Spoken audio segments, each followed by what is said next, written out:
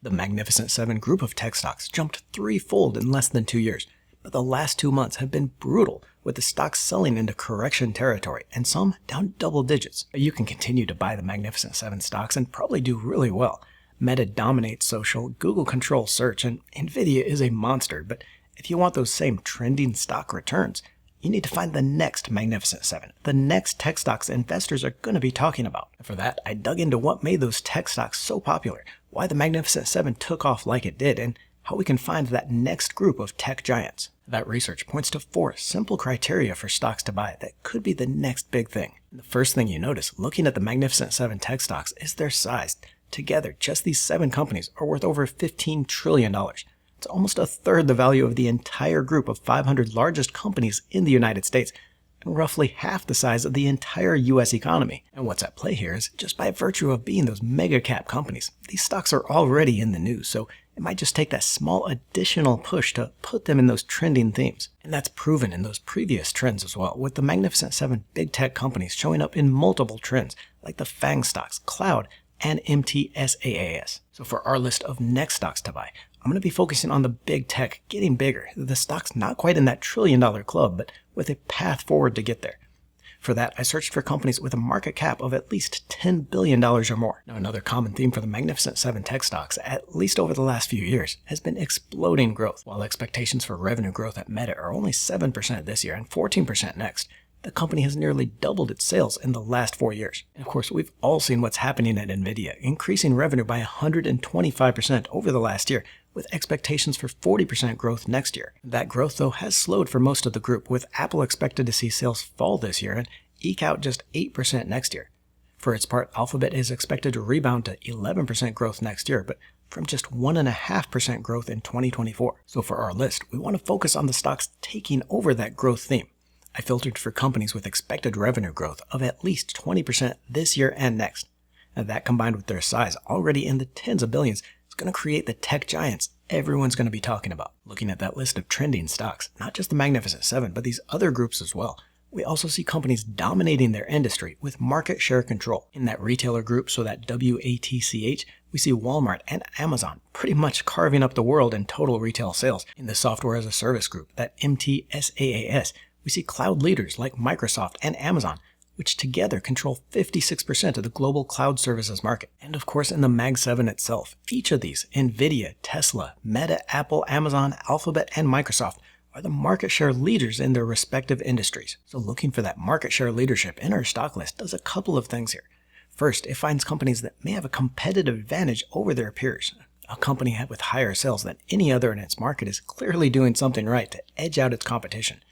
Beyond this, those market leaders are going to have the financial power to invest in R&D to innovate and maintain that leadership. They have the economies of scale to lower their costs and post margin profitability that the smaller companies just can't touch. And that brings us to our 4th criteria before I reveal those stocks to watch in this theme: a high profitability that turns revenue into earnings. In those Magnificent Seven tech darlings, we see some of the highest operating margins in their industries. Apple here with a 30% margin, turning 30 cents of every dollar of sales into operating profits.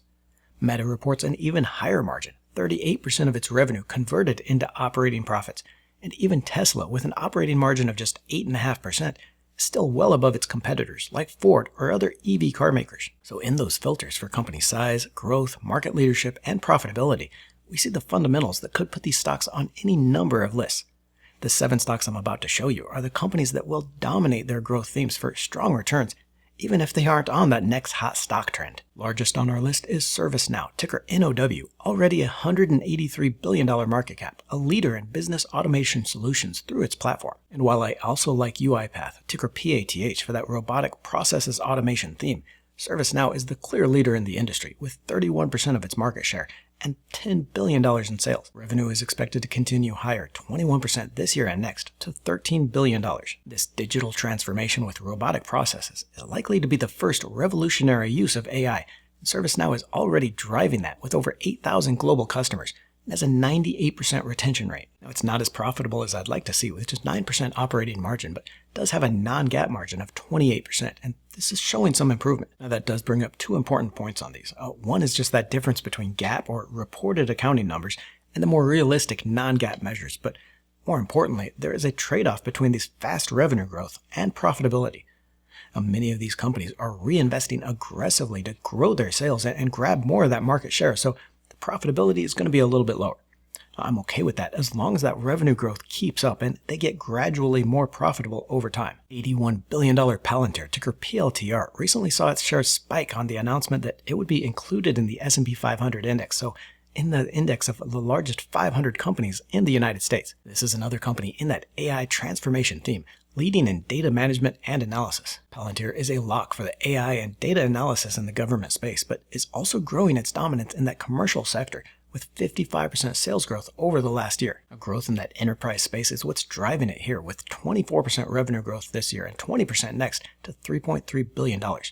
Just as impressive, the company is expected to nearly double its earnings over that 2-year period. Here we see that GAAP operating margin of just 15%. Not high, but good versus its peers.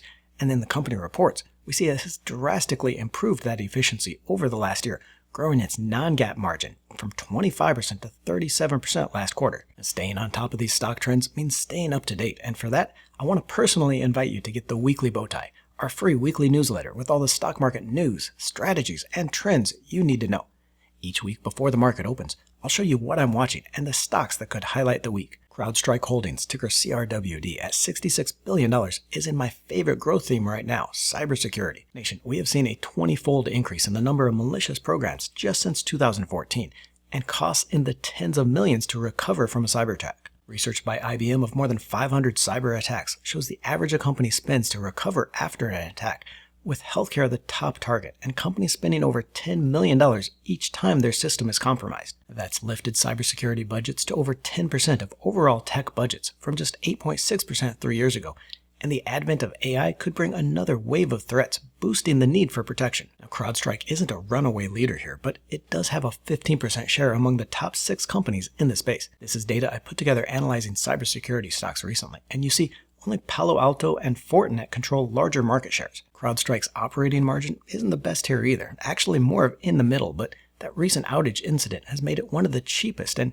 I think a great deal here. Revenue growth, though, is the second highest in the group, expected at 27% this year and 22% next, and while that might adjust lower once we get an idea of that outage mitigation, it's still one of the best growth stocks in a growth theme. In fact, I could have included both Zscaler and Palo Alto in this list of stocks because I think they've got that growth potential as well. Instead, though, I wanted to create a list of stocks to watch across different industries. So you've got cybersecurity, e-commerce, AI, and fintech, like a best of best tech list. So you know some of these stocks are going to be on that next hot stock topic. The Trade Desk, ticker TTD, is a leader in e-commerce advertising with more than 10% of the cross-device ad targeting category. That is a third place after Signal and TapAd, but I believe Trade Desk's reporting is superior, giving customers a better understanding of their ad campaigns and will ultimately win more market share. But then again, any market leadership in the digital ad market is going to mean huge growth. Trade Desk estimates the digital ad market at just $135 billion, a fraction of the $900 billion global ad market. So as more of that ad spending goes online, Trade Desk has the opportunity to see supernormal growth from the industry and from that higher market share. We're already looking at 25% growth this year and 20% next to nearly $3 billion in sales. Profitability is solid here at 16%, which is improving as the company grows, meaning more revenue is converted into even more earnings. We've still got 3 more stocks to buy before they become the next big thing, including one that I've invested over $187,000 in, but now it's your turn. Which stocks are you buying before they become the next market leaders? Let us know in the comments which stocks are you buying and why. And don't forget that part. Share some of the analysis that you've done and the research that you've seen. Snowflake, ticker SNOW, is probably the riskiest of the group, but has the growth to go well beyond its $37 billion market size. Snowflake is also in that data management and analysis theme, a major starting point in that AI revolution, being able to store and make sense of all that data. According to researcher 6 Sense, Snowflake controls 21% market share in the data warehousing category, making it the market leader above Amazon, Google, and even SAP. Growth is expected at 25% this year and 23% next to over $4 billion in sales, and earnings are forecast to bounce back from this year's drop.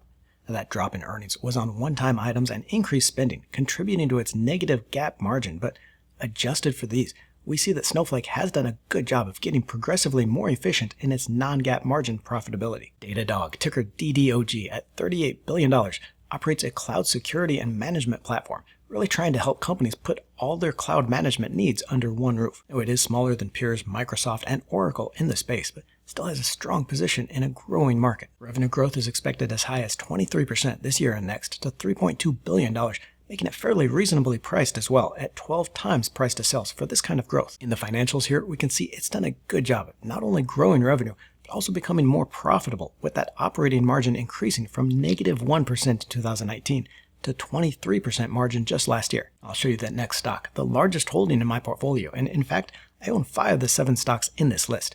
If you want to see my top 10 stocks for this kind of 10x growth theme though, check out this video next.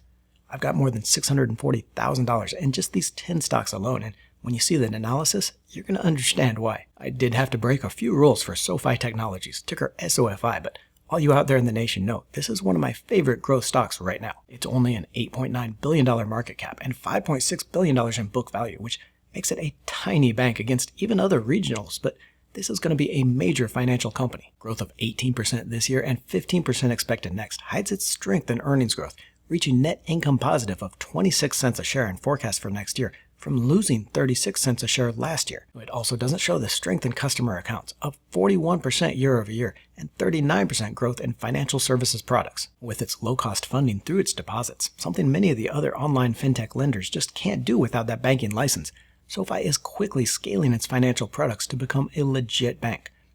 While that 18% revenue growth might not seem like much on this list, compared to other regional banks like Regions Financials here, it is a blowout, with Regions expected to see a revenue decline of 6% this year and growth of just 4% next year. While the company's EBITDA margin, another way to measure that profitability, has come down as it spends more to grow, it's still 23% and well above where it was just 2 years ago. Management plans on growing book value by as much as $1 billion this year. That is a 17% growth, which is very strong for a bank and will just keep going up.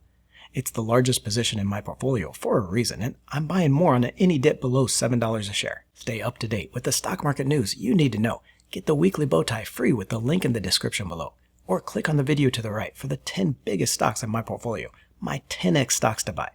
Don't forget to join the Let's Talk Money community by tapping that subscribe button and clicking the bell notification.